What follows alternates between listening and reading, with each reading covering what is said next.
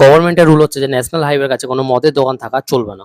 এটা হলো সে এক্সাক্ট নিয়ম, কোনো লিকার শপ বা মদের দোকান স্টেট বা ন্যাশনাল হাইওয়ে থেকে যেন না দেখা যায় এবং অ্যাটলিস্ট 500 থেকে 200 মিটার দূরে হতে হবে রোড থেকে। কিন্তু আপনি ন্যাশনাল হাইওয়েতে একবার ট্রাভেল করে দেখুন, যত ফ্রিকোয়েন্সিতে আপনি পেট্রোল পাম্প না দেখতে পাবেন তার থেকে বেশি ফ্রিকোয়েন্সিতে আপনি মদের দোকান দেখতে পাবেন। কিছু বছর আগে নিয়ম থেকে বাঁচার জন্য এই মদের দোকানগুলো হাইওয়ের কাছে তো ছিল, কিন্তু দোকানে পৌঁছানোর রাস্তা অনেকটা ঘুরে যেতে হতো, যাতে আপনি টেকনিক্যালি 500 মিটার রাস্তা ট্রাভেল করে দোকানে পৌঁছান।